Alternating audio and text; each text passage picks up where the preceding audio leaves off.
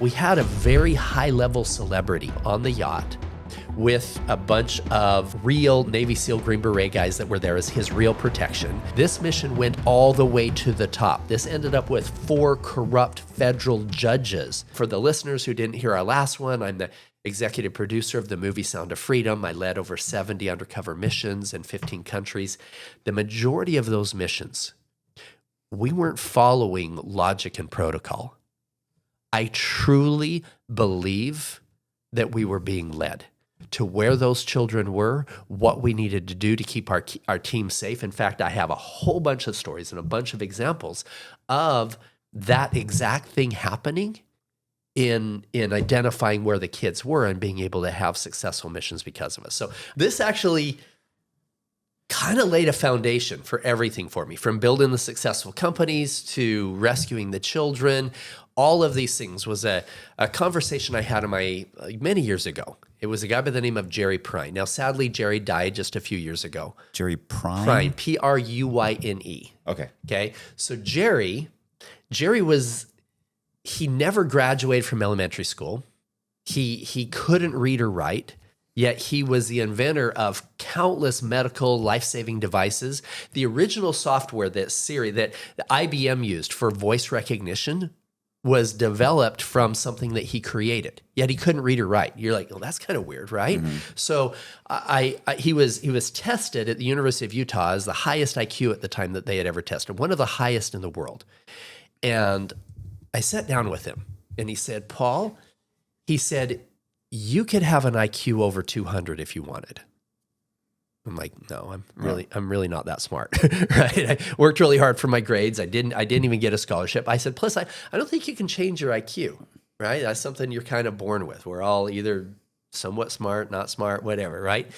He said, no, the difference between me and you is that I listen better than you. I said, what, you listen better than me? I touched my ear. He said, no, I listen better than you, and he touched his heart. And I was still super confused. I said, I don't understand what you're talking. He said, do you think that I'm the inventor of those medical devices? I'm like, you own the patents, right? He goes, yeah, I do. I said, you're not the inventor? He goes, well, no, I'm not. I said, what, you stole them? He said, well, kind of. He said, tell me this, Paul. He said, how long has the universe been around? I'm like, well, millions of years. He said, billions upon billions of years. He said, those medical devices were invented billions of years ago. I was a better listener than you.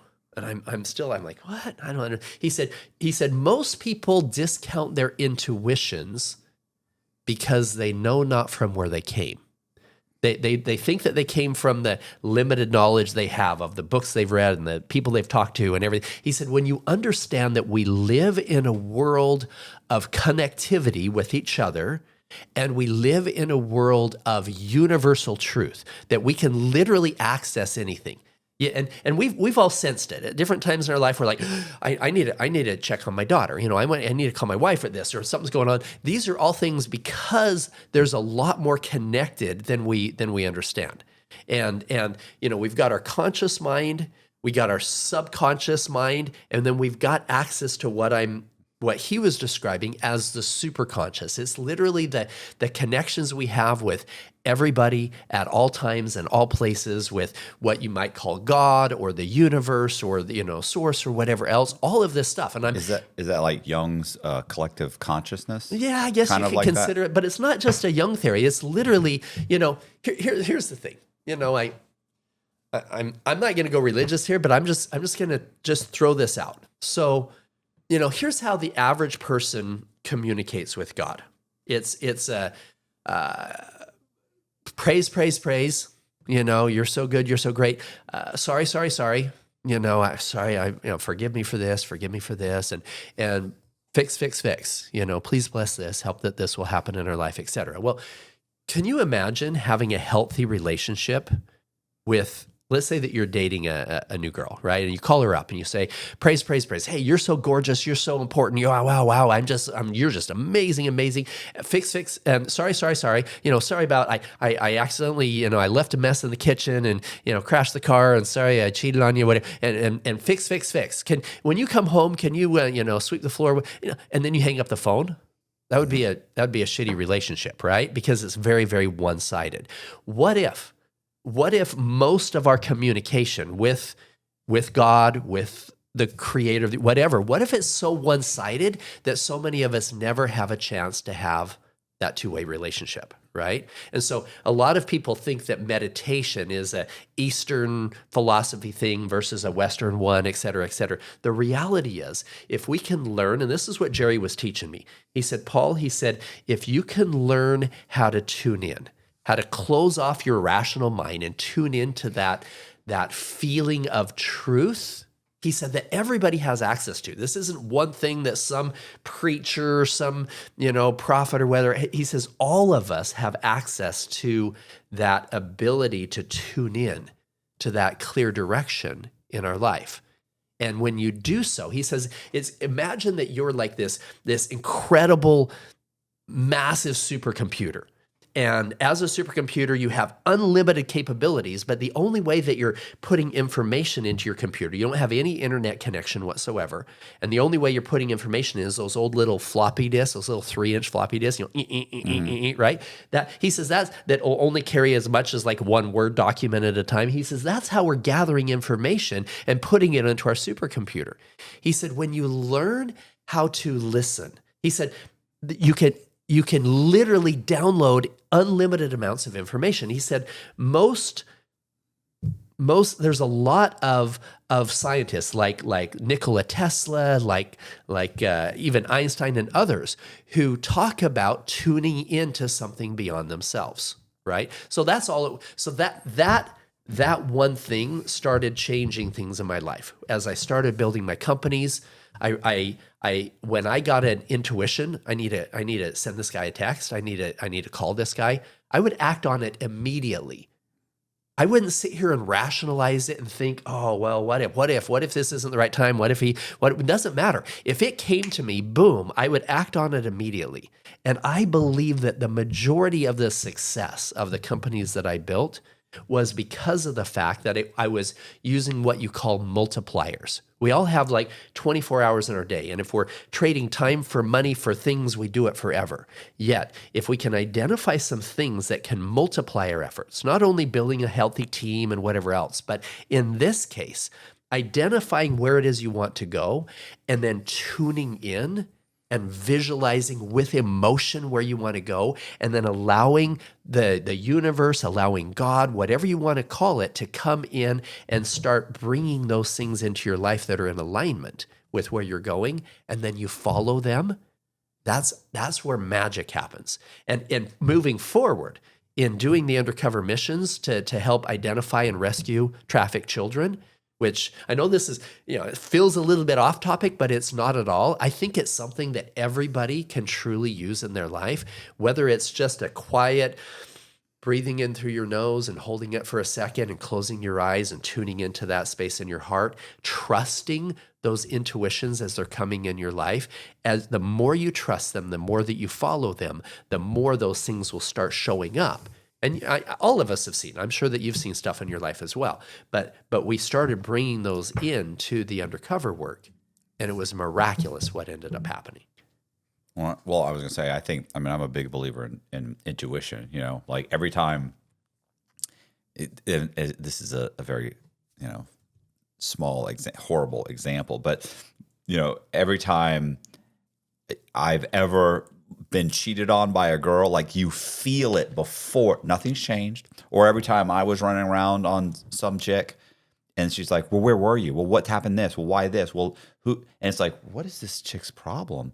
But the truth is her intuition told her, you're doing something wrong. You were someplace you weren't. Even though everything, I went to work, I came home the same time, I met her when I was supposed to make her. Nobody's told her anything. She doesn't know any of these people or friends or anything. You can feel it. And everybody's had that intuition where they feel like something's wrong. Even if you're a little kid, you skip school or something, and your mom's just like, "How was school today?" They just feel something's up. So I think everything, there's tons of things like that. Well, and there's a book that I had some of our undercover operators read that it was called The Gift of Fear. And in The Gift of Fear, he talks about how we've got our conscious mind that's processing our conversation right now. However, over 95% of our life isn't run by our conscious mind. It's run by our subconscious and part of our superconscious, right? And so a lot of our subconscious is information overload that is way too much for your conscious mind. In fact, your subconscious mind knows how many stoplights you have stopped at your entire life combined. Your subconscious mind knows how many steps you've taken in your life.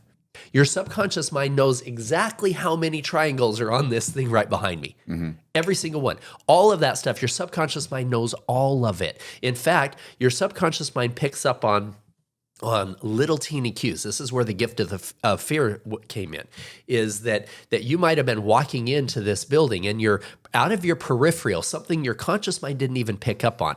There was a guy that was over here that was in a coat that was too heavy for this because it was kind of hot outside, and little things like that, or the feel of the room. Or let's say that you're in a business negotiation and you're looking at the pupils of the guy that you're talking to. Your subconscious mind picks up the fact that those pupils are dilating at a different time, and that those body language signs that he might be lying to you. Your subconscious picks up all of that stuff. So when your subconscious, when that feeling inside, your intuition is going, I don't know if I trust this guy, or I need to be more aware in this situation. I should go from an awareness level a little bit higher so that I can pay attention. Why?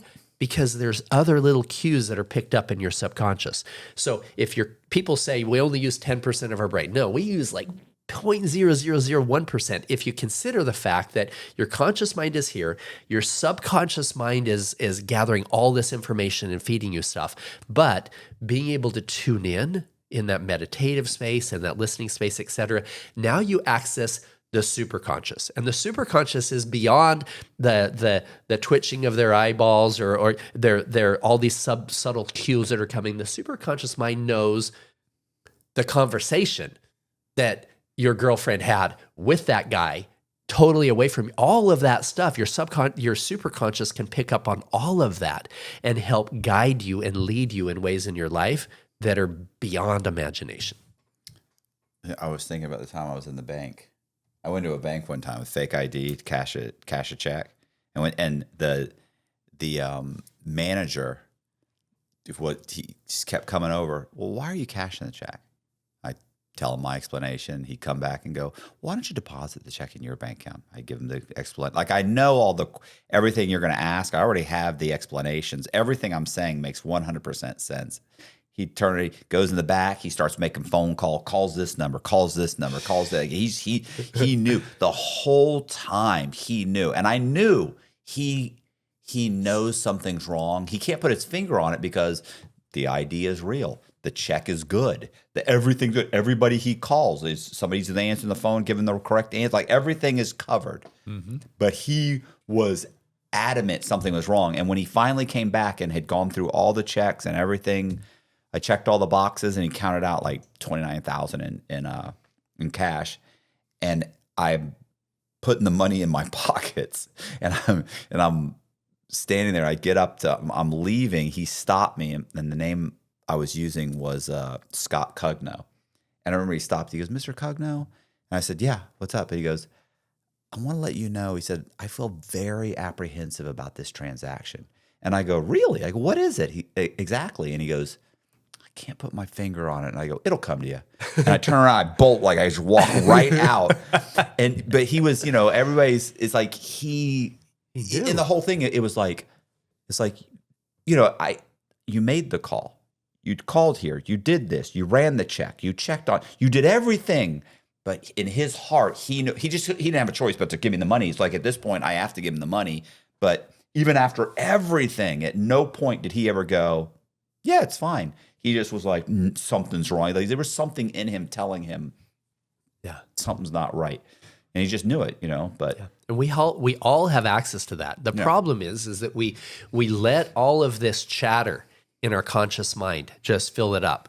And we very few people take that time to really tune in. In fact, we live in a world today where we're inundated with our electronics, with our phone, with all of this stuff. And the reality is that inundation of that takes away from not only our ability to really tune in and sense that truth, it's guiding us down this. I read a thing the other day that was talking about how even our long-term memory is affected because we're never taking that time for our mind to start processing. We'll have activities and stuff, but then we'll jump right into other things, and your brain needs that quiet time. It needs that quiet time to process. It needs that quiet time to take things into your long-term memory, et cetera. And most importantly, it needs that quiet time to do what he did, to be able to start feeling rather than just leading our life from our five senses. And once we start doing that, then we can, that's a multiplier on creating value in our life and pursuing things, all of these things. All of it's there. And what's interesting about it is that once you decide where you want to go in life, and the universe isn't judgmental. It's really not. If your goal, you want to be on a yacht with 70, supermodels, and that's what your goal is, and you can start tuning in, the people, the circumstances, everything will come into place that will end up being in your life.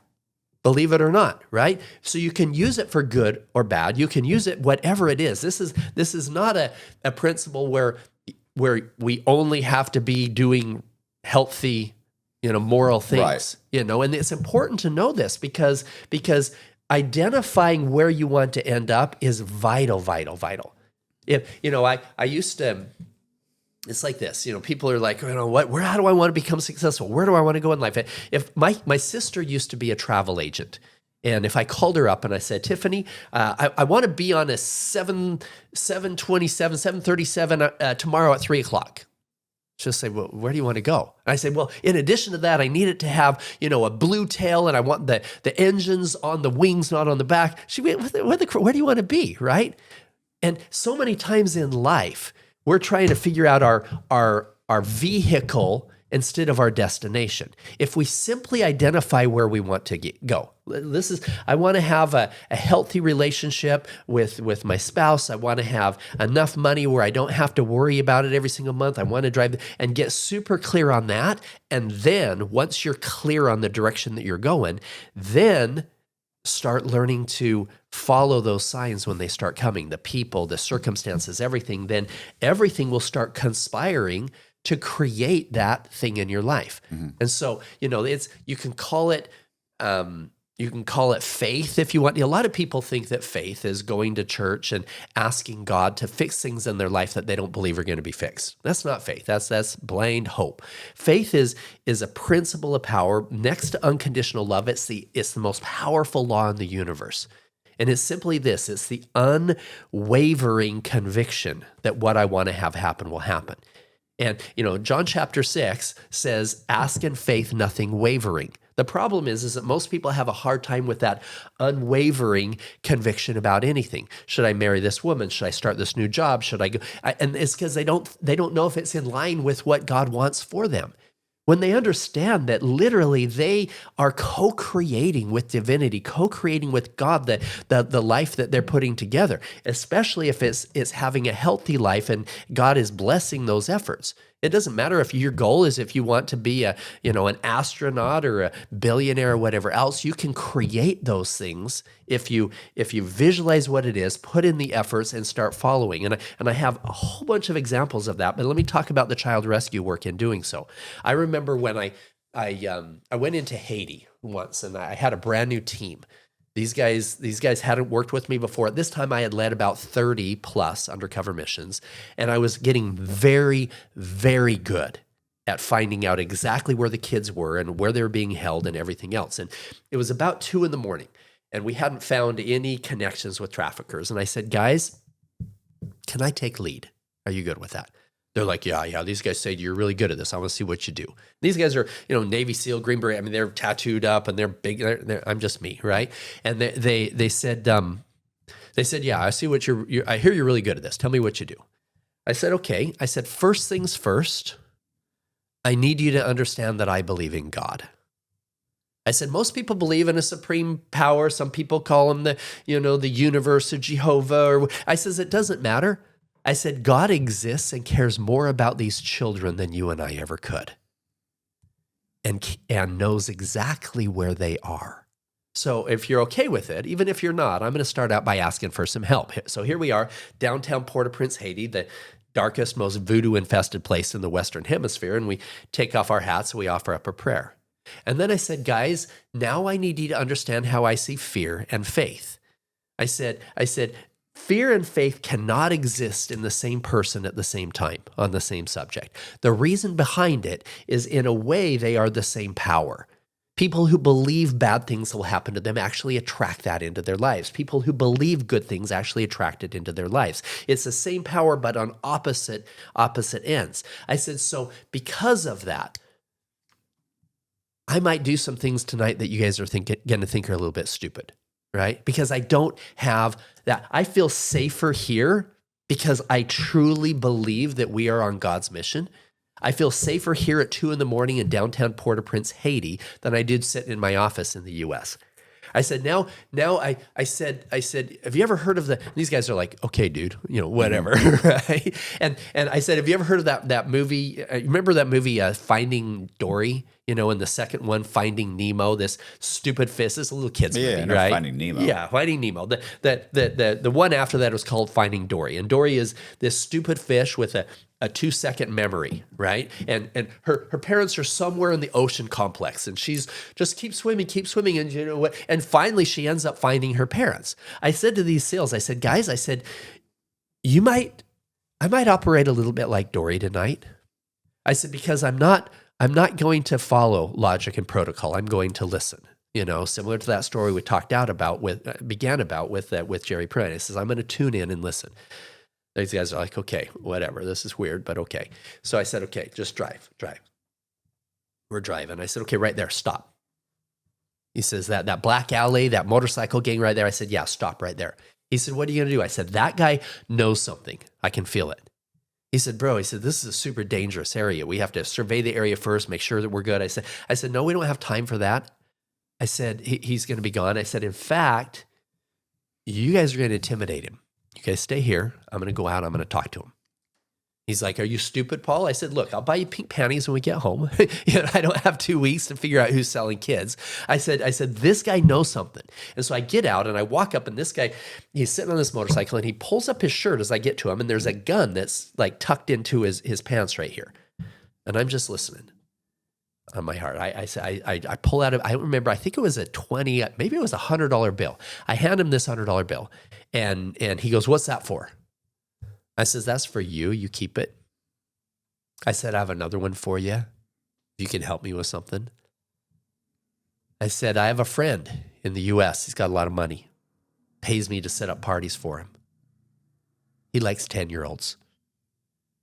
You connect me with who he's looking for, who can provide that. I can give you another $100 right now. He said, your friend's fucked up. I said, yeah, he is. I said, buddy pays me good to set it up. He says, I know somebody. I knew he did. Mm-hmm. Boom. He gets on a phone, calls this lady who was running a strip club, who the majority of her money was because she was actually selling minors. Mm-hmm.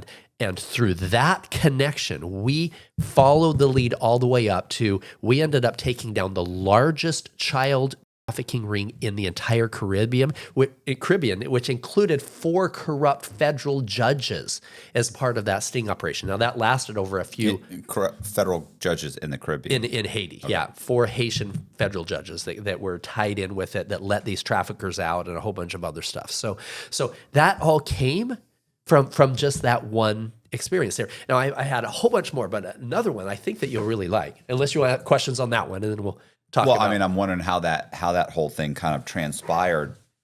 Like after you go to him, then what? He schedules a meeting. You go meet with this woman. No, he's what I call a level 1 trafficker. They're the guys selling cocaine at 2 a.m. They're not going to go to jail. They know the streets, right? Yeah. So we go meet with this other lady. Her name is Dee. She's running the strip club that's there, and we go in, we talk with her, and she's like, oh yeah, give me another hour and I'll connect you with my people who can provide all that, etc. We meet with a guy by the name of Dolo, and I created the relationships, but it was that night I had to be flying out the next morning. This was literally just a quick trip in and out. I had to be out of there, and these guys had been on the ground for about 5 days and hadn't found any real leads. And so boom, that last day we were able to connect with all these guys. So I had to fly out. 2 weeks later, I'm texting back and forth with the lady who owned the strip club, etc. Come back in. They introduce us to somebody else. We end up working our way up to what I call a level 3 trafficker. Now, here's what's interesting. The level 1 guys, most of those guys are guys. They're dudes, right? They're 2 a.m. and selling cocaine and whatnot. The level 2s, these are ones who are pimps. They sell women, but they have access to the children. And most of them are men as well. Maybe 10, 20% of them are women. By the time you get to a level 3, the ones who physically hold the children in captivity, somewhere between 25% and 50% of them are women, which is surprising to a lot of people. So this top one was a lady by the name of Cho, big fat lady. She'd been trafficking for decades, and we worked our way up. Cho's a perfect nickname for her, by the way. Is it? Sorry. Yeah, Chomo. Okay. Yeah, Chomo. Exactly, in the prison system. Yeah, they called her Cho, and we had built some trust with her henchmen guys, and they took her. It was late at night, almost midnight. I had been into this operation almost 2 months by now, and I'd go in for a couple days. I'd fly out, stay texting on my burner phone with some of the traffickers, etc. Just because we wanted to. I was tired of trafficking continuing to come up in Haiti. We wanted to chop the head off the dragon. Right? We needed to get to the top. And so finally, the first time that I met her guys took us to this place. It was late at night. It was in Patienville, just outside of Port-au-Prince. Now, Haiti as a whole is dangerous. Port-au-Prince is a shithole. Patienville outside of Port-au-Prince, this is at 2 a.m. This is really dangerous. And there was this door. It was about 4 feet wide, about 7.5, 8 feet tall, big door. It was a steel door and red in color with rust on the side. She sticks a key in this door, opens it up, and there's a dirt hallway that I see, and then dimly lit with some cobwebs on the side. And then on the left was multiple cell doors. We're talking steel doors, no window at all, and she sticks a key in one of these smaller doors. And the first thing I see is it's not a bed, it's a steel plank that's held to the wall with a chain, so you can fold it up and if you need to, because the room was only 5 feet wide and about 6 feet deep. Again, dirt floor, and on that steel plank was a dirty old blanket this child had been using. To the left was a little girl. Now, this girl was now 14. She was taken when she was 7. Her parents were killed in the earthquake in Haiti.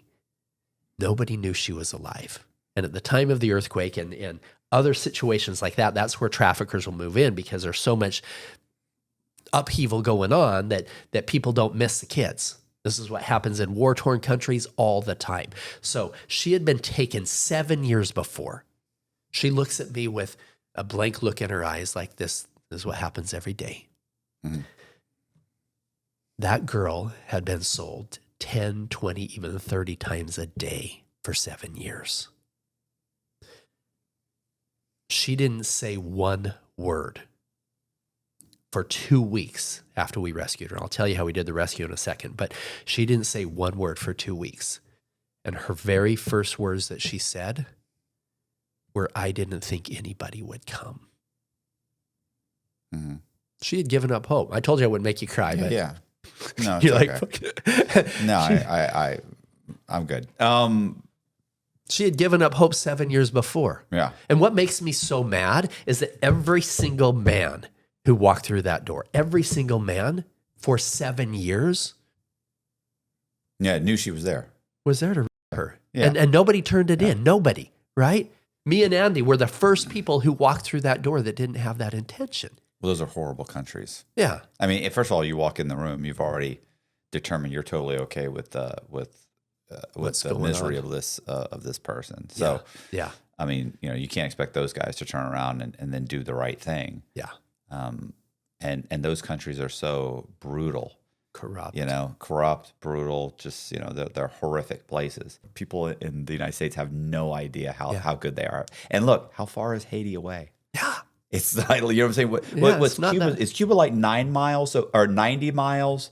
Yeah, Cuba's what, like super close. roughly 100 miles away. Yeah. And so Haiti's probably got to be 300 or 400 miles. Like Yeah, you could super drive there in close. if you could drive. Yeah. You fly there in an hour. Yeah. It's and it's super right there. close. Nobody right there. and nobody's concerned about it. Nobody's, and it's run by basically just the gangs. At this And point. it's gotten really bad, Yeah. really bad.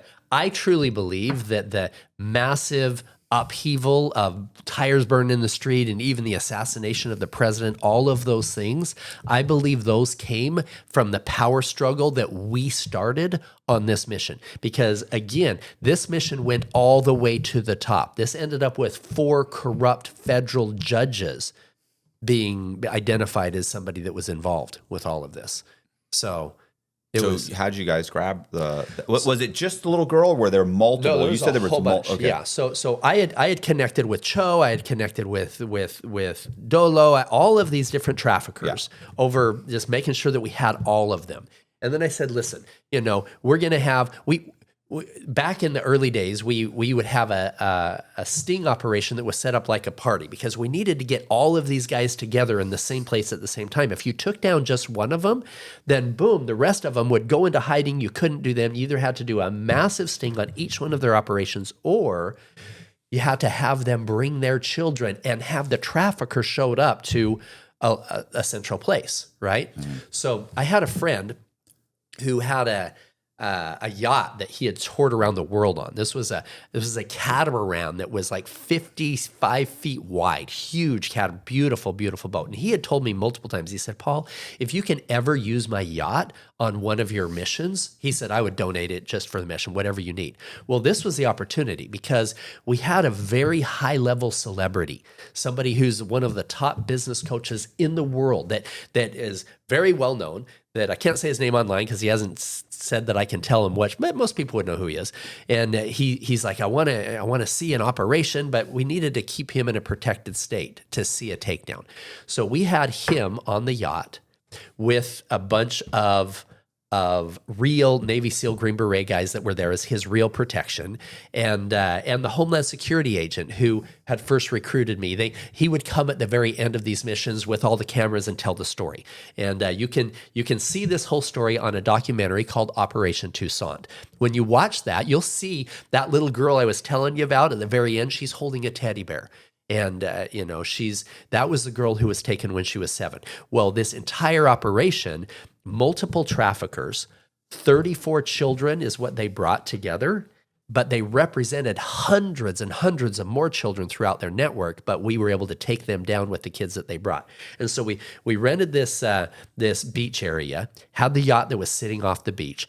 I meet the traffickers. I tell them all, listen, we're all going to meet at this restaurant area, bring all the kids, and then we had multiple vans there that we put all the kids on, and then we brought them over to the beach area.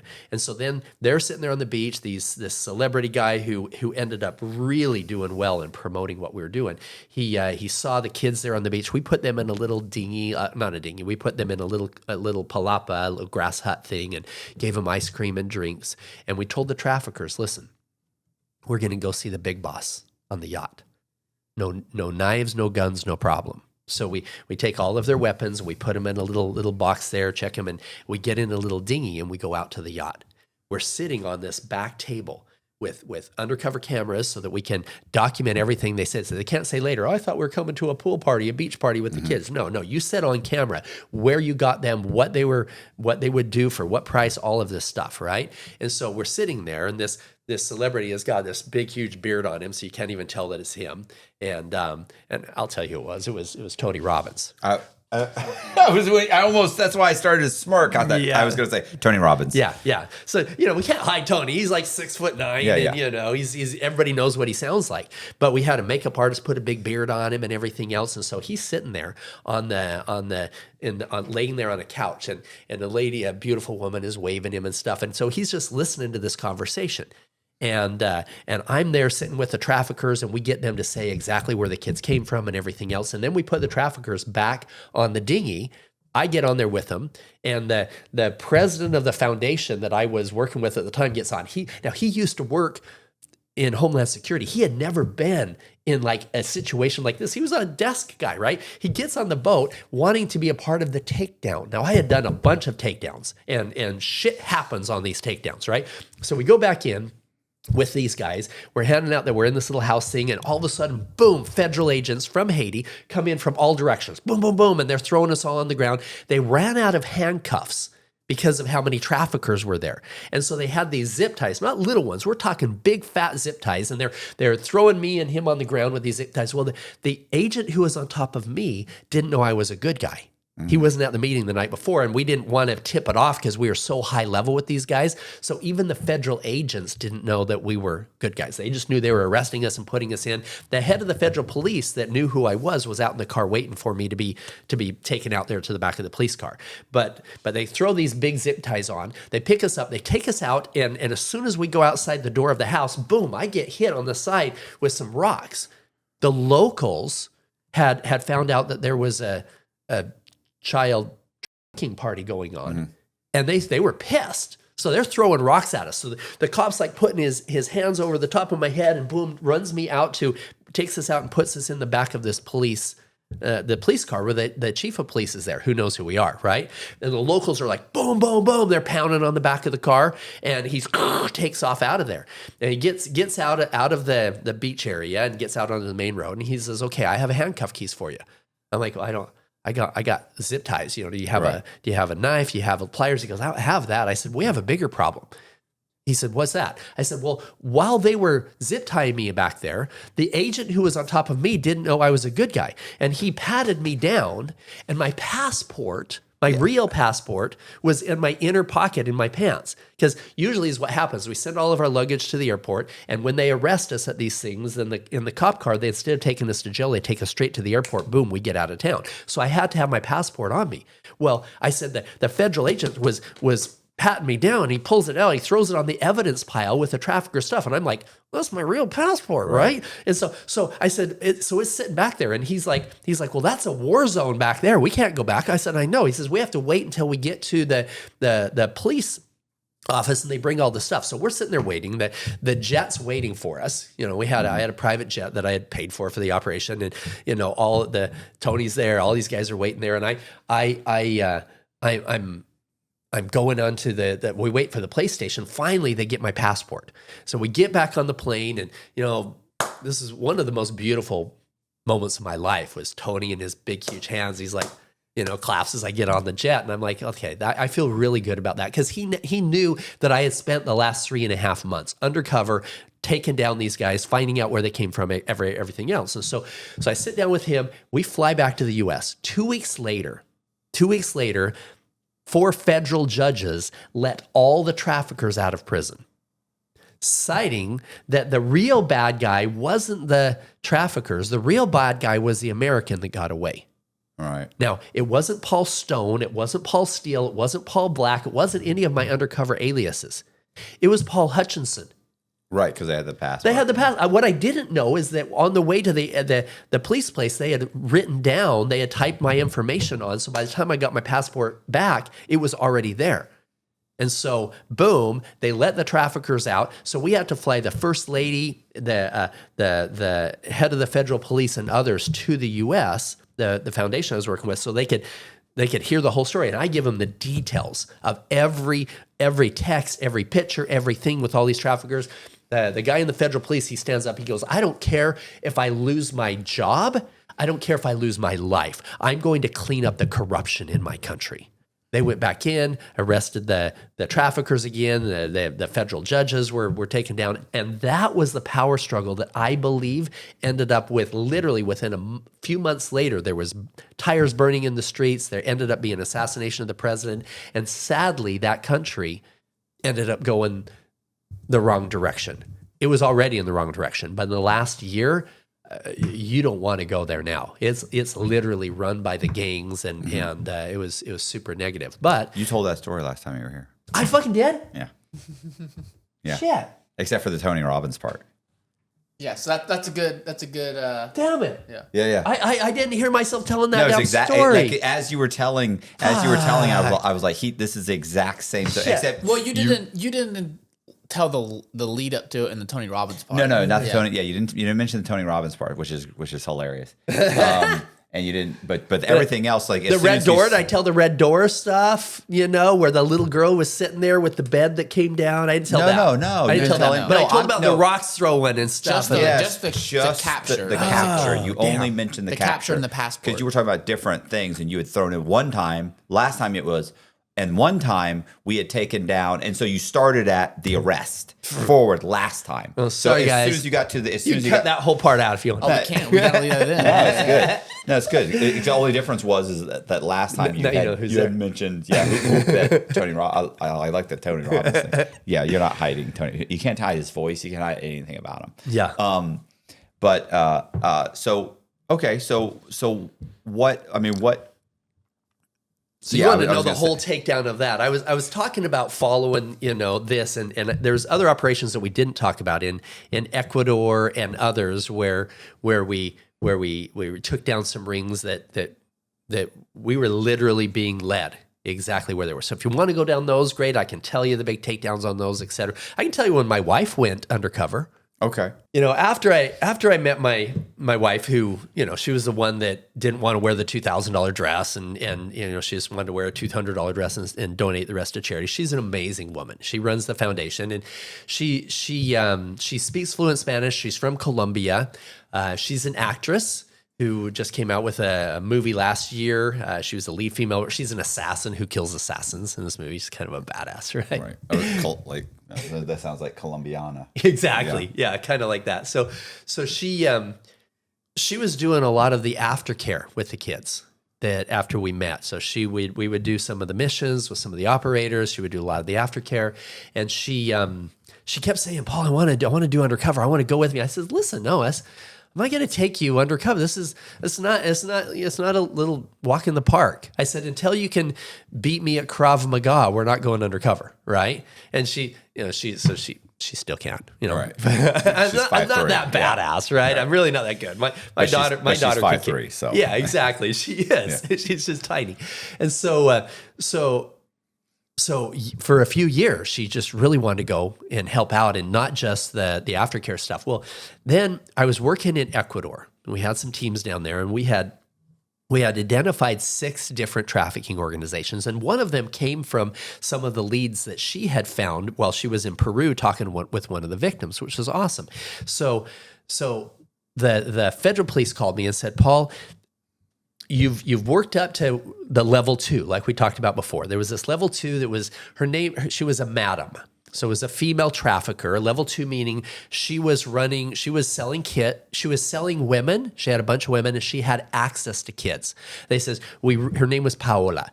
You need to get deeper on finding out where she's getting the kids. We need to either have her take you to where they're keeping them, or we need to get her to bring them to a place so that we can then follow the car, et cetera. We need to find out where the kids are." I said, "Okay, yeah, we can do that." So I'm texting back and forth with her. Well, Paola didn't speak any English. Most of the traffickers speak English. So most of the operations that we've done, the traffickers speaking, because the clients are English speaking, right? She was selling kids to the Chinese. Okay. And so she only spoke Chinese and Spanish. So I needed to have a translator. Well, Jimmy speaks fluent Spanish, and usually he's with me as a translator. And so I called up Jimmy. I says, listen, they need to have us down there this weekend. They have all of their team in place, and they really need us to get deeper on where she's getting the kids. And Jimmy's like, bro, I can't go. I've got an event that weekend. I can't go at all.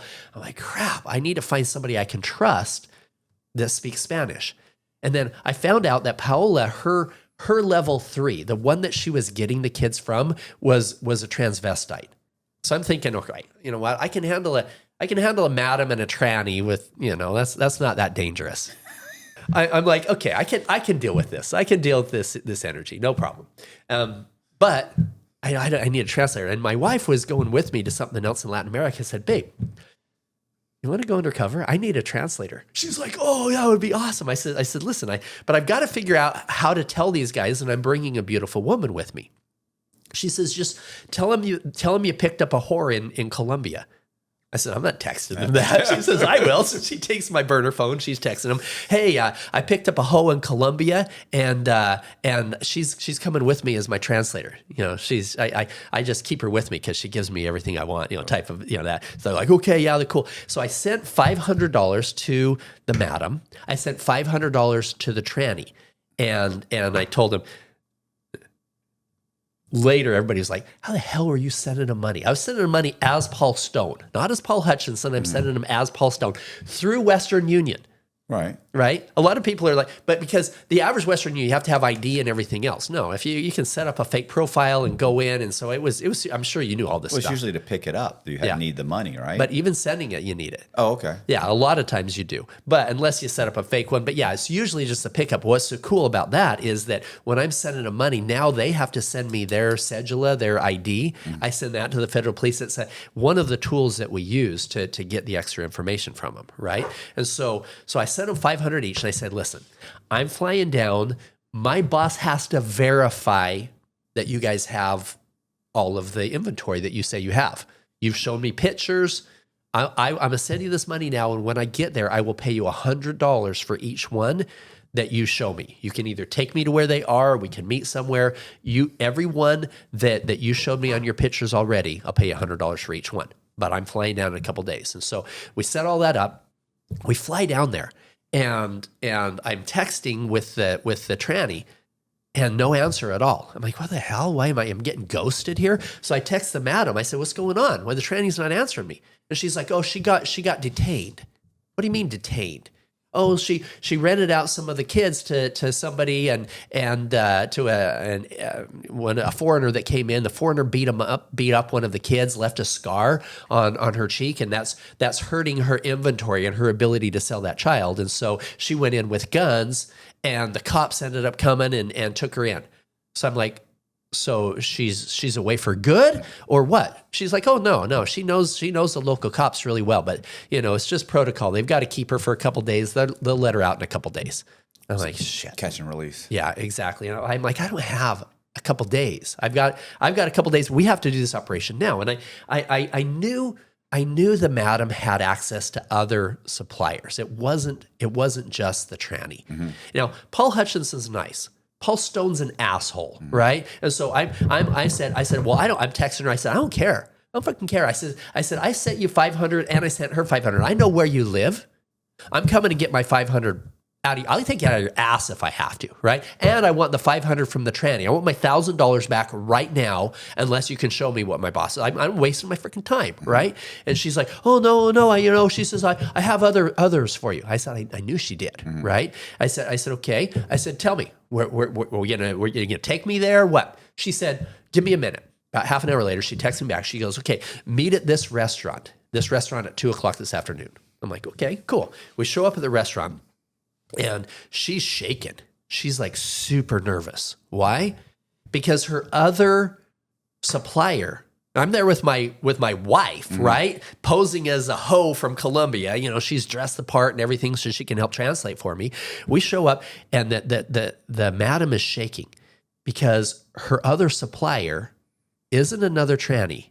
It's Cartel. Right. Now, if I knew that Cartel was going to show up, I wouldn't have my wife there. Right. Are you freaking kidding me? So I'm like, we're sitting there, and these guys show up with armed security. Now, guns aren't legal down there, but if you're the cartel, you can do whatever you want to. So they've got armed security that shows up at this restaurant. Now, picture this. We've got 6 federal agents. 4 of them are actually either in the restaurant or in the little mini restaurant thing that was next door. The others are outside that were watching what car they came in on so they could put a tracker on the car, all of this stuff. So I've got these federal agents that are watching the armed security that are watching this table at the middle with me and my wife, one other of my operators there, and 9 kids with the cartel.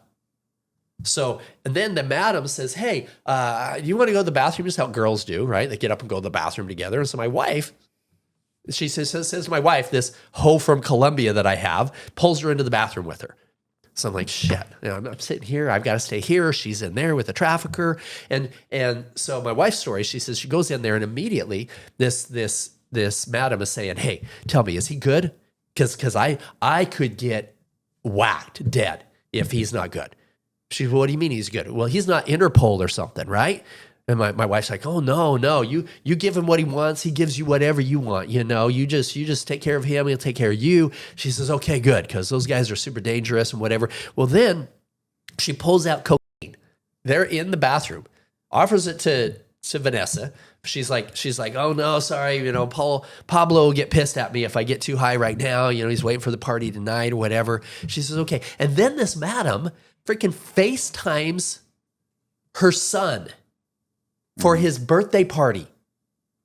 She's selling kids, working with the cartel, and it's her kid's birthday party that day, right? And they're in there for a long time, and I'm like, shit, I need to go check on this. So I go and boom, open the door of the girls' bathroom. You guys partying without me in here? They're like, oh no, so they end up coming back out. So we're sitting around there at the table. These guys put this 13-year-old 0 kilometer miles, as they called her, there next to me and says, hey, you can go try the goods right now. I'm like, no, my boss will kill me and my whole family if I taste the candy before the party. But I actually have to verify you have it, et cetera. And so we just built the relationship with him, exchanged contact information, et cetera. And then this is one where we weren't there as part of the sting operation.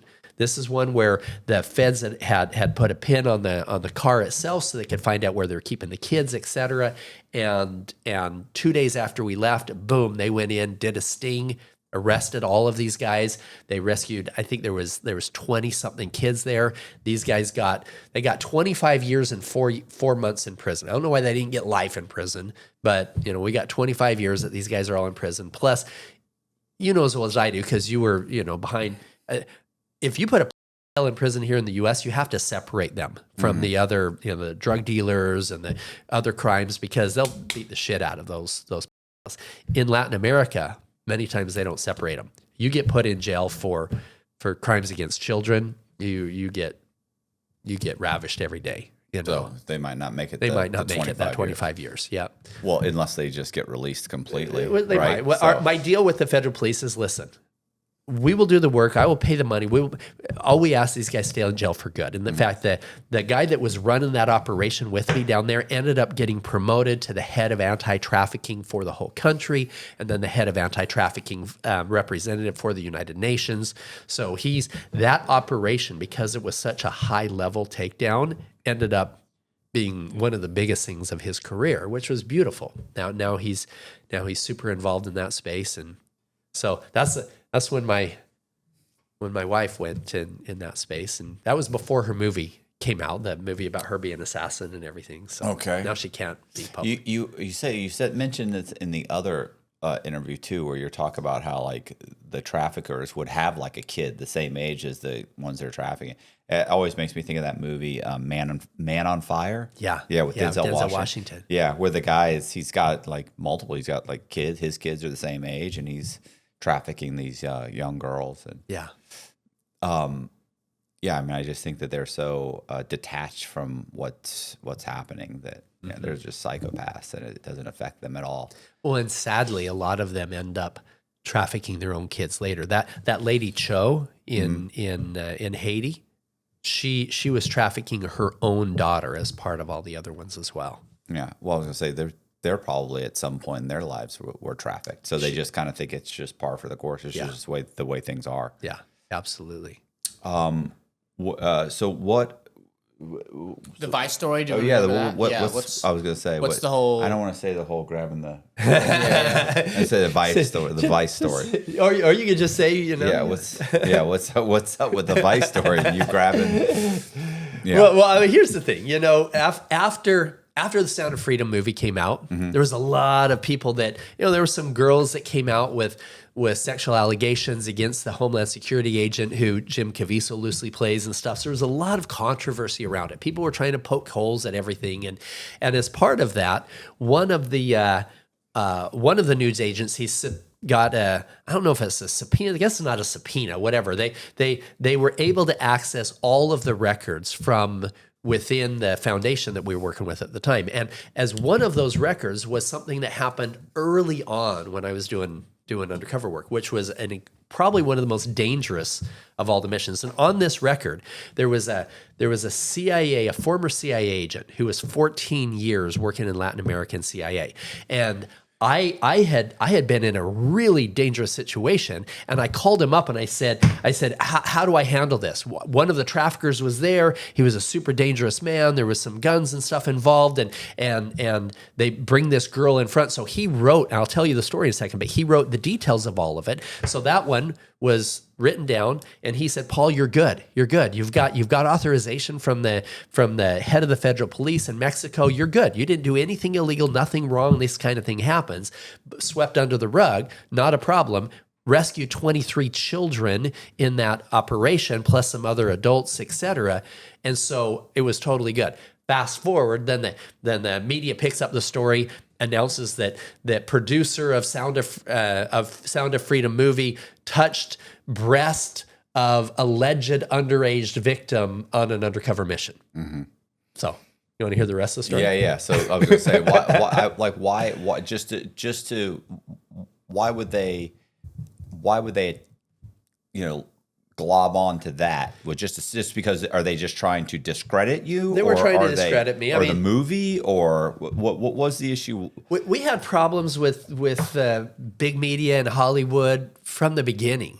Because Right. they wanted to absolutely discredit. The reality is it gave me more credit because now there's no doubt that I was undercover on these missions. Right. There was I can make up these stories, and so yeah. Yeah, so they need to pick a side. Either none of this ever happened, or this did happen and there was inappropriate behavior. Okay, well, which one is it? Yeah, exactly. Right. Exactly. And so here's the story.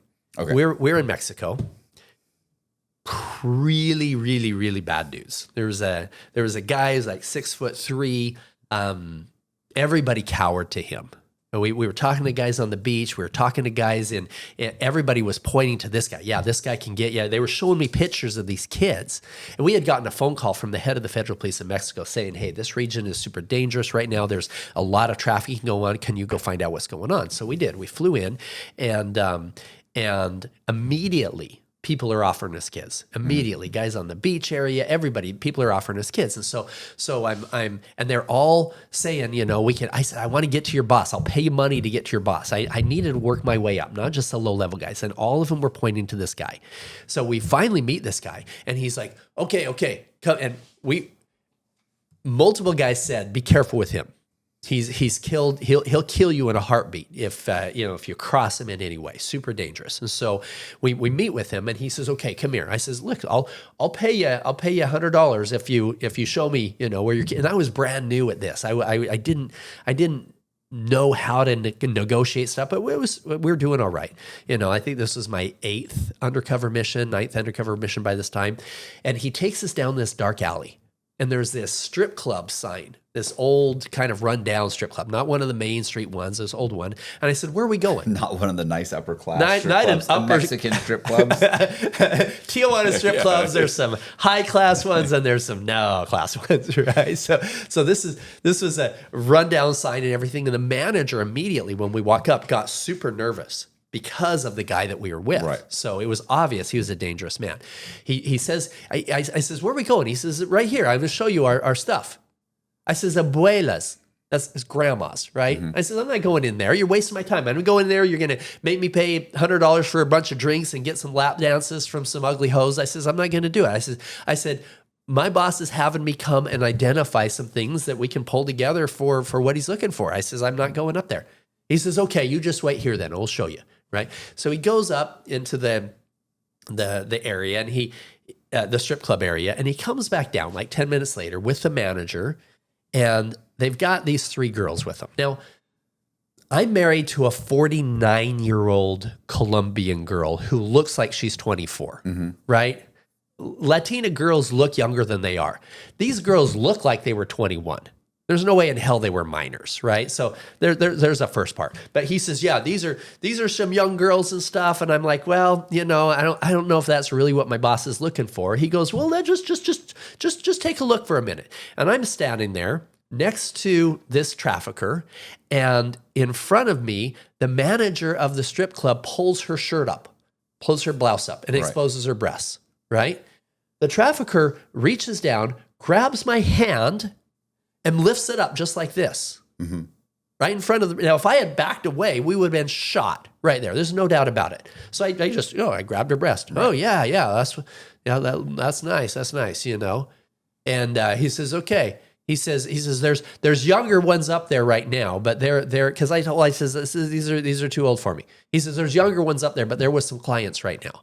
I says, okay, whatever. Let's stay in touch and talk. So we leave. Boom. I call the CIA guy who was with the foundation. I explain. He says, don't worry about it, bro. He says, even if she was a minor, you're freaking undercover. You're finding these kids. You're with your other operators. Nothing inappropriate is going on. You're totally fine, right? Well, the next morning, this trafficker calls me.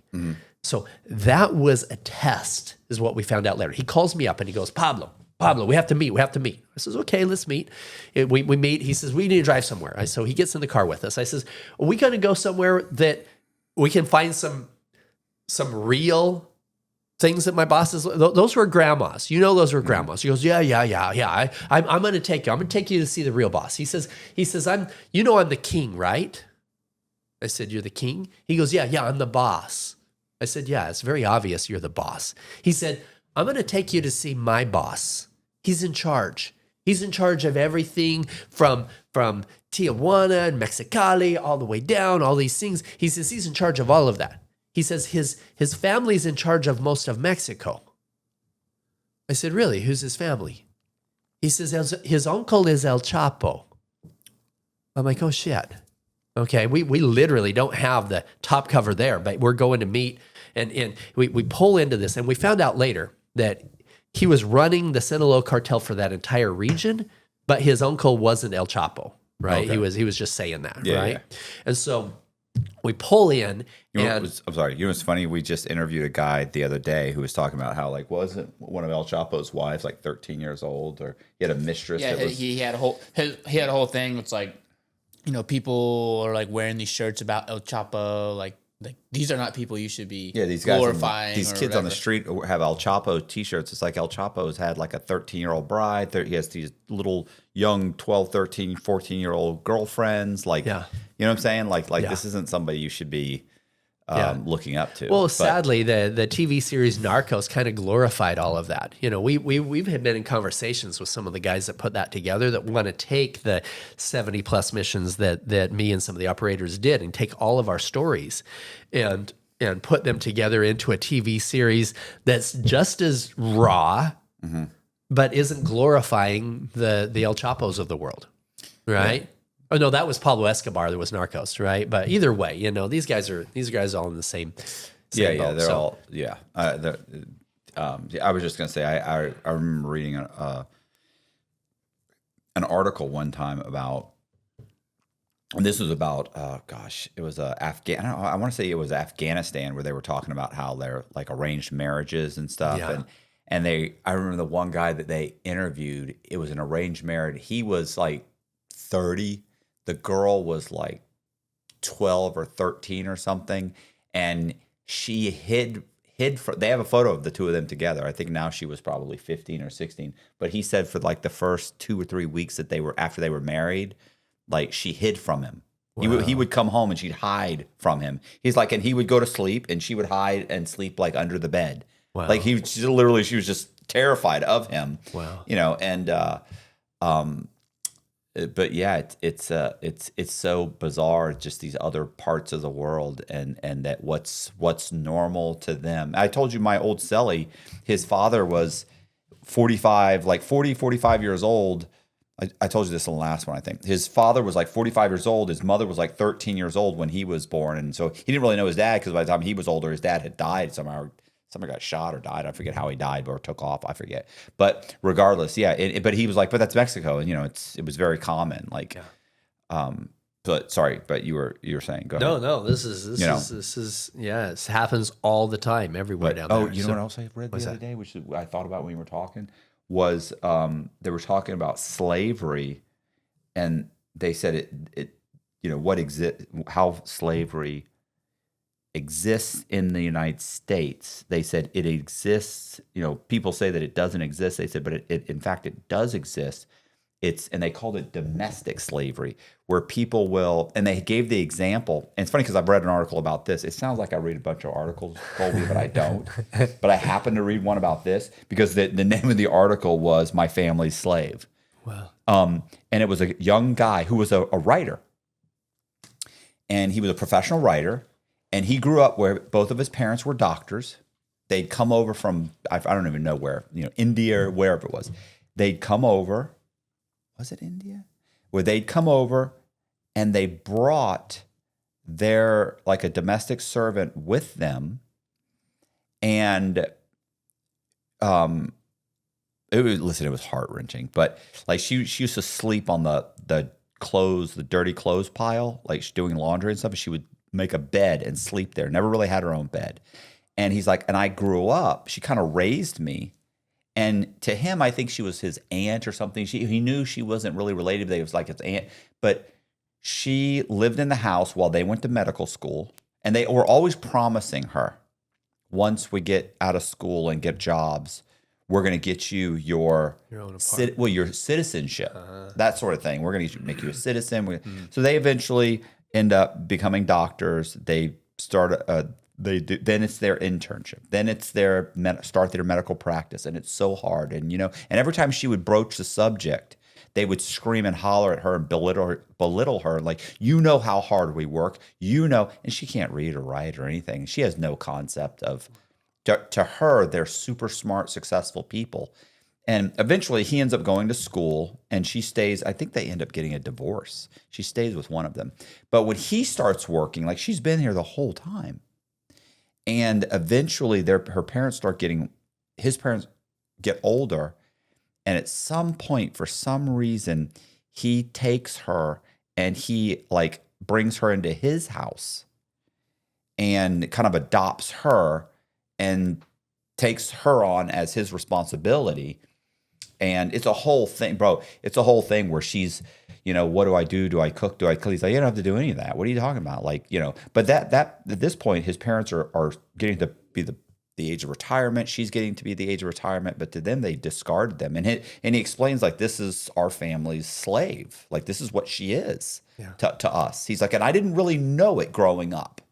You know, my other friends, once my parents started making money, I saw that my friends had, they had maids and live-in nannies and that sort of thing. He's like, but we had this person, which was his nana or aunt or something, which was not related at all. Mm-hmm. And then he eventually takes care of her. But so one, that article, and the other day I saw something, and it must have been like I think it was a TikTok or something, because I never read anymore.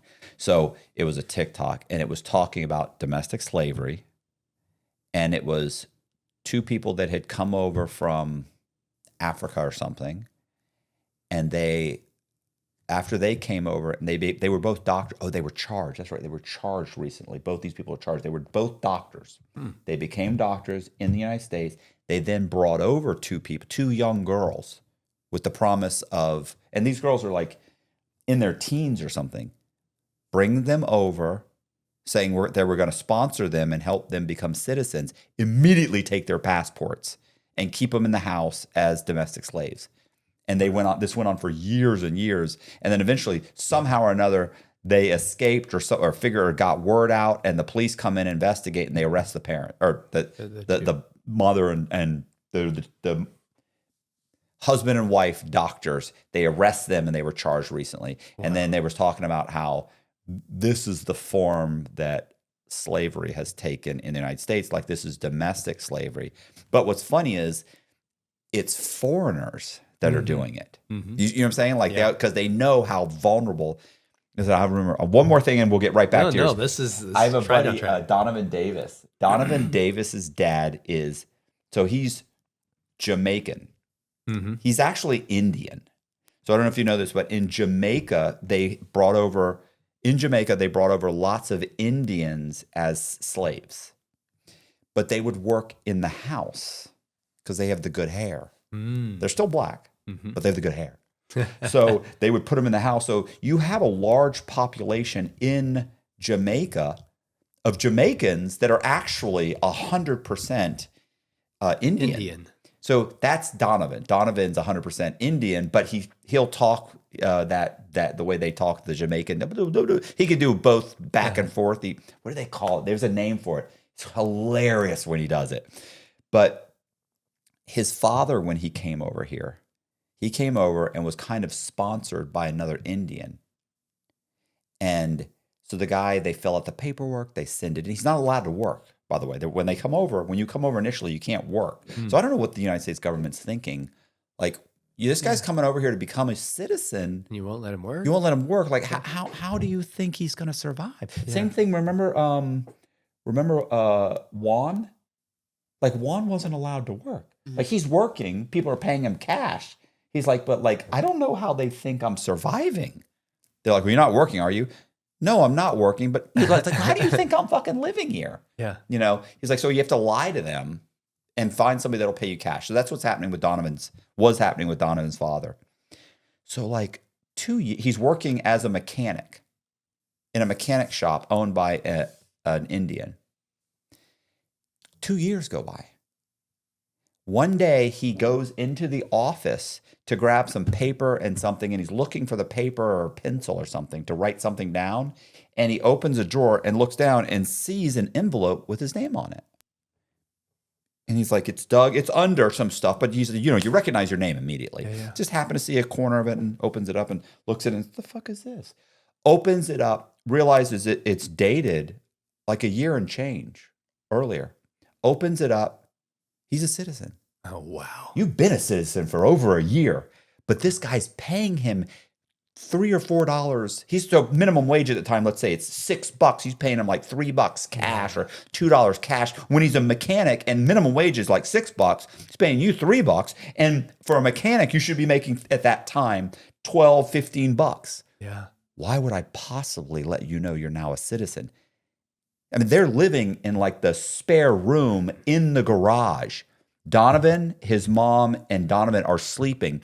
And he told me, if you sleep hot at night, you know how disruptive that can be. Whether you're having trouble falling asleep, you're waking up sweating in the middle of the night, or all of the above. That's where Ghost Bed can help. As the makers of the coolest beds in the world, Ghost Bed is your go-to for cooling mattresses, cooling pillows, and cooling bedding. From their signature Ghost Ice fabric to patented technology that adjusts to your body's temperature, every Ghost Bed mattress is designed with cooling in mind. So whether you want a plusher mattress that cushions your shoulders and hips, or a firm option with exceptional support, your Ghost Bed will keep you cool and comfortable all night long. When you purchase a Ghost Bed mattress, your comfort is guaranteed. You can try out your mattress for 101 nights, risk-free, to make sure it's the right fit for you. Plus, they offer free shipping, and most items are shipped within 24 hours. If you're not sure which Ghost Bed is right for you, check out their mattress quiz. You'll answer a few questions and get a personalized recommendation. Even better, our listeners will get 10% off for a limited time. Just visit ghostbed.com/Cox and use code Cox at the checkout.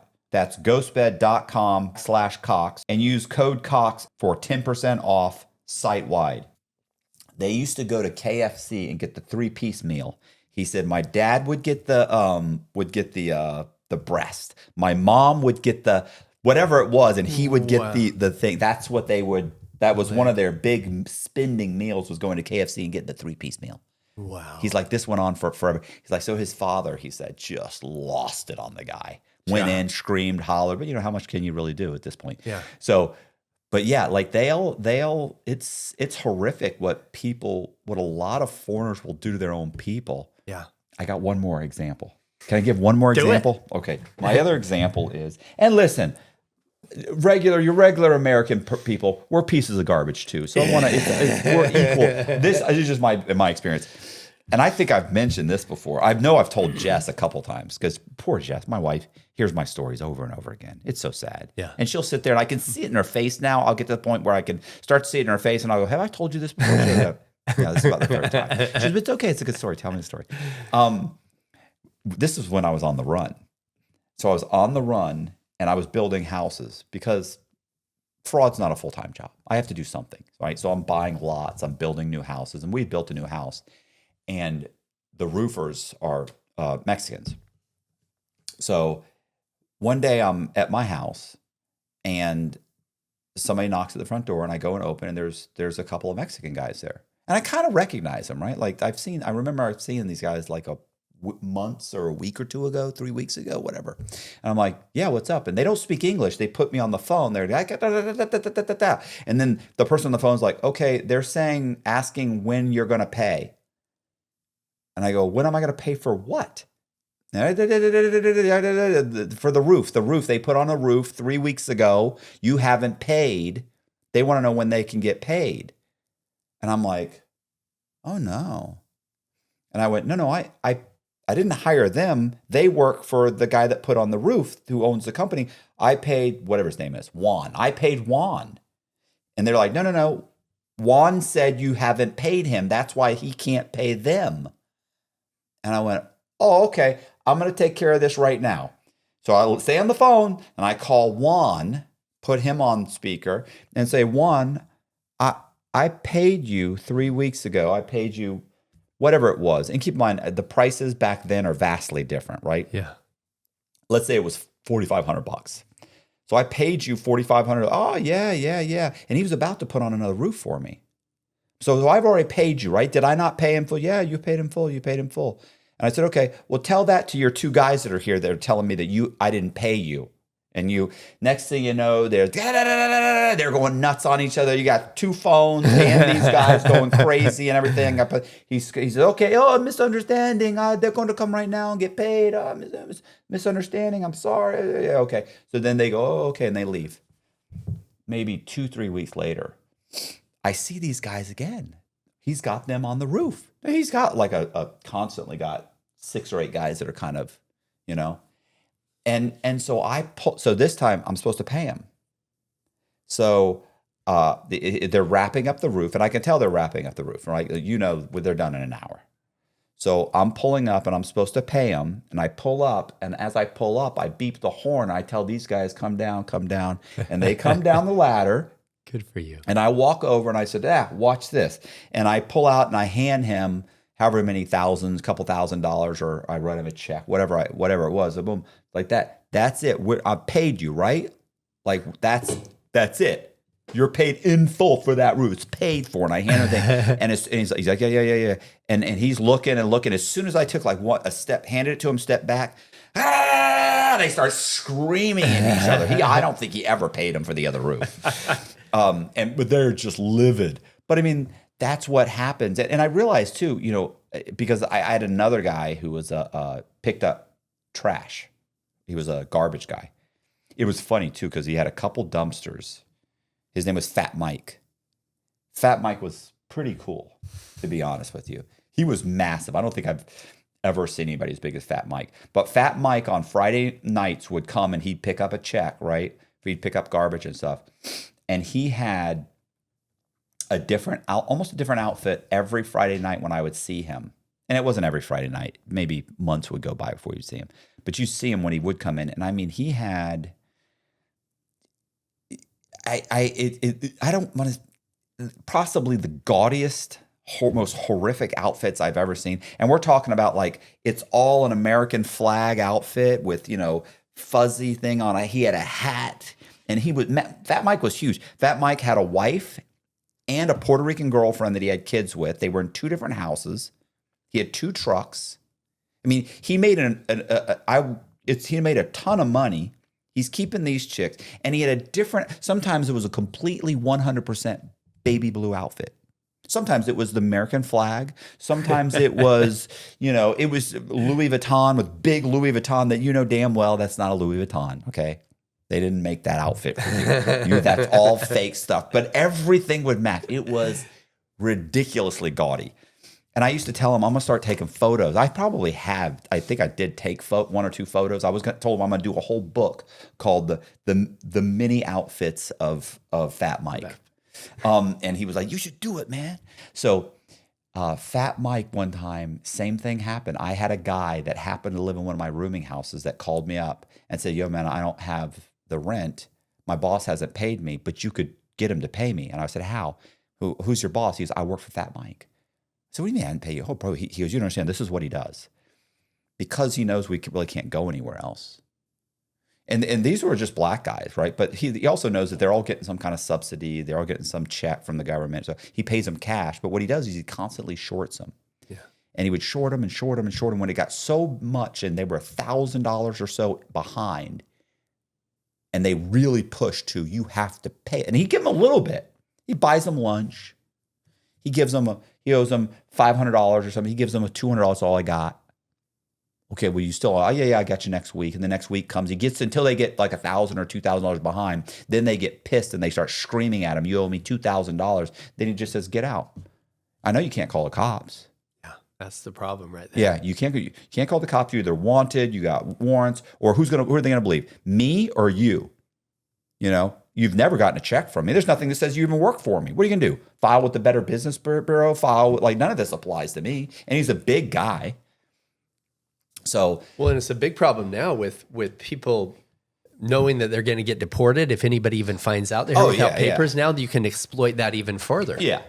Yeah. Don't get me started. Boy, if I was out there. No, just joking. But yeah,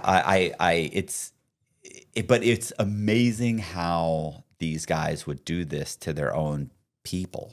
Well, what's interesting, people don't realize this, but there were more black slave owners than there were white slave owners globally back 150 years ago. I was going to say globally. Globally, yeah. There's funny. It's all over the world. It's not just a white on white, black on black, white on black, whatever. It's been going on forever. And it has to do with poverty and control. When everybody wants to come to America, even today, even back then. And so, the indentured servants, there were indentured servants that exceeded the number of slaves, quote unquote. And they were still in slavery, so it happens all the time. In fact, in Haiti today, it is fully legal to purchase a child from a restavek program. What this is what's it called? It's called restavek program. It's something where if you're a super poor family, you can't afford to feed your kids. You take your kids to the restavek program where they can make sure that they're fed. But the restavek program doesn't keep the kids. It's not like a special daycare orphanage type thing. Yeah. What happens is the restavek program is something where a wealthier family can come in and purchase that child as a domestic servant, where they will come and sweep the floors and do the laundry and exchange for 3 meals a day. So at least your child isn't starving to death. Now they're working for supposedly a well-meaning, wealthy family. Well, in a well-meaning world, great. Now you have a child that's being taken care of, but he has to work for it. The challenge is not typical. No, yeah. There were kids that were picked up by some of the drug lords in the area that were used for milling the drugs. There were ones that were using it for prostitution all over the place. They were exploited because of the poverty in the country. Yeah. Yeah, I was going to say, like in Mexico, like in most of these, life has very, very little meaning, Yeah. I feel like we got way off topic. No, it was some good stuff though. That got me. Well, because I was remember the I don't even remember when I had heard this, where they would go into the towns in Mexico to dig the tunnels, and they would get guys and promise them a bunch of work, promise them work for it's 2 weeks worth of work. This is what it pays, And so they would take them out in the wherever they were going to dig these tunnels, and they'd work them for 3 to 6 months. They can't leave. They're being guarded. They've got the guards have guns. Try and run, we'll just mow you down. Yeah. And so they dig these tunnels, and when they're done with the tunnels, then they just take them out in the desert and just whack them because you can't let them go now. Yeah. You know where there's a tunnel. Yeah. You know, so Yeah. these guys are thinking, oh my gosh, I got 2 weeks worth of work. It's not what's going to happen, bro. Yeah. That's not going to happen. Yeah. And nobody's looking for these guys, except every once in a while in Mexico, they'll find 20 guys that have just been machine gunned down with AK-47s, and they're just find their bodies riddled in a hole. If they're lucky, there's a hole. If not, then they're just laying in the middle of the desert and the coyotes got them. So, but look, you want to, I don't even know where we stopped, Bram. We got off on the You actually had said something about the guy, like the story that you're talking about was something about El Chapo. I know where we were. Yeah, yeah, he the wanted to pretend introduce El me Chapo. to his boss. Right. So we pull up, and this guy is man in charge. He's got $2,000 shoes on. We saw multiple guys with guns on us. There was three or four guys that were, behind a tree over there, behind a building over there that were watching us. And we're sitting there, and we get out, and this guy's like, so I hear you looking for some kids for your boss. I said, yeah, I heard that you can provide what he's looking for. He goes, how many you want? Well, the other trafficker had already told us that this guy had 30 plus kids right now. I says, well, my boss is coming down with some of his buddies in a few weeks. And if you have like 20 or 30, he'll pay you really well for that. He goes, I have that. He said, how much are you going to pay for him? I said, we only need him a couple hours in the afternoon. I'll pay you a few $100, $500 each. And he's like, no, you're going to pay me more. And that's where, and it was this back and forth energy. And then I told him, listen, just like I told your brother here, I need to verify you have them. Right. He showed me some grandmas last night I wasn't that impressed with. I said, he says that you have the real thing. So I'll pay you $100 for each one if you show them to me. You take me wherever they are, I'll pay you $100 for each one right now. He goes, nope. He says, you're going to pay me $2,000 right now. I said, why would I pay you $2,000 right now? I said, I if you told me you're going to show up with at my party, I'm not going to give you $2,000 right now and hopefully you're going to show it. How do I know that you can provide what you say you can provide? And he leans forward. He goes, you listen to me carefully. He says, you ask any mother effer in this city if I can provide what I say I can provide. He says, those guys on the beach, they all work for me. Those guys on the downtown, they all work for me. He said, the police, they all work for me. You want to have a party in my city, in my country, you're going to go through me, and you're going to pay me $2,000 right now. I'm like, you know what? These guys said you're the boss. I don't have it right now. Give me a couple hours. I'll get back with you. He says, okay, you meet me. You meet me here. I said, okay. So we make sure we're not being followed, go back to the safe house and whatnot. I had a bunch of cash with me. I take it every time. And I took $3,000 or $4,000 cash, put it in my pocket, and we get back. Now, on the way back, his guy texts me 3 different times. Move location, move location, move location, move location. So finally, when we get back to where he is, we're at a new location. And this time, my guys had identified at least 8 people who had guns on us. We get out. He says, you have my money? I says, yeah, I got your money. Count it out. Jimmy was there.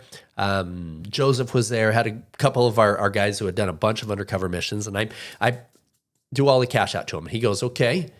He said, now, show me your business card.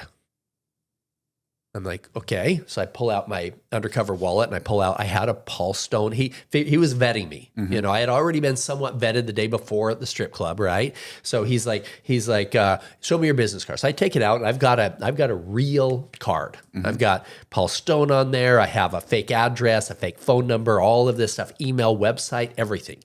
That all goes to a real website. And it's, a real profile for this undercover profile. So he's looking at it and holding my card as he's looking at me. And we've got guys with guns. He said, holding my card, he says, tell me your phone number.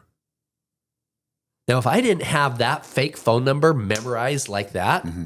I'm pretty sure we had been shot right there, right? So boom, I rattle off that number. He said, okay, show me your phone. Okay, so I pull out my phone and I point it at him. As I'm showing him my phone, he dials the number that's on the card. Now, if I didn't have my Google Voice and everything for that fake number ringing through to my phone, that would have been super dangerous. Sure enough, boom, his phone number rings on it. He smiles. He says, I like you. He said, from now on, we only communicate through Wicker. And he had me download this app called Wicker so we could be super private. He says, okay, come here. Let me show you something. He goes over and there's this black truck. It's lowered, gorgeous, big, beautiful rims on it. Opens up the back doors of this truck, and there's these 3 kids back there. He goes, you like? I said, oh, yeah. Yeah, that's not abuelas. That's what my boss is looking for. Give him a few extra $100, and we go back to the safe house. So I type up a whole report, send it to my contact with the federal police in Mexico, and go to bed. The next morning we wake up. I had 9 missed phone calls from the office of the federal police. I called him back. I said, what's going on? He said, get out. I said, get out. He said, get out. He said, that guy is the guy. Mm-hmm. He said, we've been trying to get with him for 3 years. He said, within 48 hours, you had his phone number because we were a bunch of white guys down there. That's what it was. He says, you have his phone number. He said he doesn't work with the guys he said, but he's running the cartel in the area. He's super dangerous. We don't have the top cover to protect you. He said that the local police probably do work for you there. We don't have enough guys there to work for him there. Work for the trafficker. Yeah. He says, so we've got to get you out. So we jump on the next plane, we get out of there, and I'm just texting back and forth over the next few weeks. We fly back in. This guy is by now they had 70 police officers from Mexico City that flew in to make sure that, and they didn't tell these police officers anything about the sting that was going on. They just didn't trust any local cops of what was going on. So they brought in these 70 police officers. This guy brings 23 children. Mm-hmm. He also brought the girls from the strip club. Were verified later. I told the Vice article and everything. I says I have an affidavit from the head of the federal police in Mexico saying that she was over 18 years old. So F you, right? It doesn't even matter. Even if she was a kid, we rescued all these other kids as part of this operation. So boom. And I told the federal agent, I said, listen, this guy's super dangerous. I said, he has to think I'm going to jail forever, right? So when they threw us down and they're handcuffing us, and the guy I turned my head and I said to him, I says, I thought the police worked for you. I said, what? I thought you had this covered. He goes, these are feds. And the agent who was on top of him had a taser and says, shut up. And he goes, ugh. I had to turn my head so he wouldn't see me laughing because watching him get tased, that was the best part of the whole mission, right? So these guys end up going to jail. We rescued those kids. They took down, they had already got a judge's authorization to tap his phone by the morning that I woke up. So they already had the connections with the rest of his network as he was putting together the party, the operation, et cetera. So anyway, that was that. There's the rest of the story on Vice. Mm-hmm. So yeah, I did. I touched her breast. Right. All right, that's good. So just so you guys know, it is 3 o'clock. It's 3? Okay. So we gotta wrap it up pretty quick so I can catch an airplane, tell them about Sound of Freedom, where they can get it, and do that. Okay. I don't know what you're gonna do with this. I went off on a tangent. We went all over the place. Yeah. Good luck. Yeah. Have fun with it. Figure out. So So thank you for having me on your show. Yeah. Again. Sorry, I told the same story twice. Oh, it's fine. Hopefully I wasn't, I feel like Colby's gonna put Tony Robbins on the cover. I know. Tony will get so pissed. He's like, Paul. Come on. Yeah. He's got to be a good sport. He's good. We need everybody views. knows he's seen these things going on. Here's the cool thing about Tony. Because of him seeing that firsthand, he got super passionate about fighting child trafficking. And through his network now, over 70,000 victims are now back with their families because of the things that he has funded through his network. So, I don't know if he's ever said what country that the operation was that he saw. But that's the only thing. Everybody knows that he went and saw an operation because he's been super passionate. I just don't know if he's ever told the whole story of what country it was. Well, Tony Robbins, Robbins. helps undercover agent bust Epstein operation. Nice. Or, well, you know what I was thinking too was like Tony Robbins fired my buddy Zach. Oh yeah, remember? Yeah. Yeah, my buddy Zach. His name is Isaac Allen. Did I ever tell you this? So Zach, we call him Zach, but his name's Isaac Allen. He's a black guy named Isaac Allen. He worked for Tony Robbins for 6 months or a year, something like that. And then as he's working for him, he's also got somebody's stolen credit card, which he's buying. And I forget the name of the shirts that he was buying. He's like, they had like your initial on them, and he's buying these shirts and having them delivered to his house, and he's doing, stupid stuff with this guy's credit card, running it up, and eventually the cops come and they just arrest him. Now keep in mind too, he's making like $100,000 and something, $150,000 working for Tony Robbins as like an event kind of coordinator, where he flies in first. Like Tony Robbins is fluent working for Tony Robbins. One, he was trained at he's got some place in Asia that he trains everybody, Fuji or something. I don't know where he trains them, but someplace. Is Fuji in Fiji? Sorry, is Fiji in Asia? I have no idea where. I haven't been I don't there even know either. where, but wherever Fiji is. Well, I don't even know if it's Fiji, but wherever Tony Robbins has he has like a compound. He flew him there, trained him and a group of people, and they would kind of go to like Japan. So Zach's been to Japan, Australia. He flies in there and helps coordinate the events where Tony comes in and talks. And he'd done it for like 6 months to a year. So he loves his job. His perfect job, but he's also committing fraud. He gets arrested one day. He's like, I got arrested, and like I had a meeting that I had to hold. Like he's calling somebody to say, oh, he's sick, he can't be at the meeting. He's trying to do all this stuff for like 3 days till he can get himself bonded out. So he gets himself bonded out. He's like, I get bonded out, and the next day, like I've got a meeting coming up, whatever. He gets a phone call from Tony Robbins' assistant who says, hey, Tony needs to talk to you. He's like, oh, okay. And he's like, and I knew, like, oh man, I think, but he doesn't think that Tony Robbins would know that he's been arrested. He thinks it's just because he missed like 2 meetings to say, hey, what's going on, buddy? And he said, and he had a whole excuse. So Tony Robbins picks up the phone, and he said, and proceeded to tell me how amazing I was doing, what a great guy I was, how all of their clients had been thrilled with his presentations and his, working with them, and just goes on and on about how great of a job he's doing. So he said, I'm just feeling pretty good. He's like, and he said, and I know you're going to go on to do great things. Unfortunately, it won't be with this company. And he said, so he then proceeds to, he fires me. He said, but I swear, Matt, he said, when I hung up the phone after being let go, he said, I knew I was gonna do great things. He's like, it was the best firing. He said, I've never felt so good in my life after talking to him for 20 minutes about being let go. He said, yeah. So he got fired by Tony Robbins. He said, in the best firing I have ever had in my entire life. He said, it was amazing. Felt great. Well, Tony's the master. He is the master at just, helping you step into the best version. Like I say, when I stepped on that jet after, that whole thing, and his huge hands, he starts clapping. It was like, you know what? I had grown up listening to that, his self-motivation stuff. So that was super beautiful for me to be able to have that acknowledgement. And, but yeah, he's gone on to create some amazing good in this space.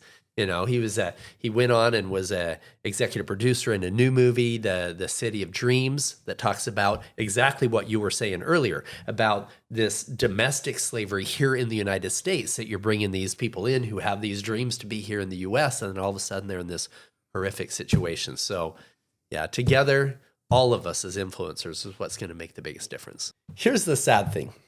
When people ask all the time, well, why did it take you so long to get your movie out? What was the deal with that? Well,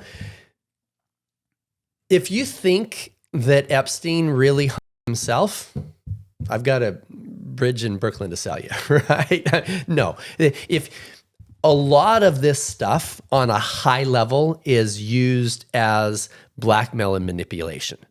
So yes, we were taking down rings throughout Latin America and whatnot, but the high level stuff, Epstein did not run everything on his own. If you were an agency, I won't say which, but let's say that you were an agency and you wanted full control of the votes of a senator, of a congressman, of a federal judge, you want to control their votes forever.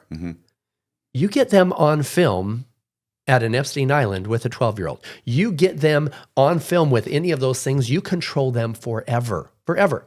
Yeah, I was going to say, most other things, like let's say a honeypot, most other things are forgivable. Like people will, like your wife may or may not forgive you for having an affair if there are photos out there or a video.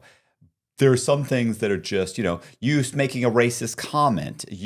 There's tons of things that people will be like, you could apologize and people will get over. They ain't getting over that. No, not at all. There was a book I read years and years ago called The CIA's Book of Dirty Tricks. And in there had these very things. You get them on film with stuff like this. You make this kind of a thing happen, and then you control them with the unforgivable. And it happens all the time. And it's planned very specifically. Our monetary system, our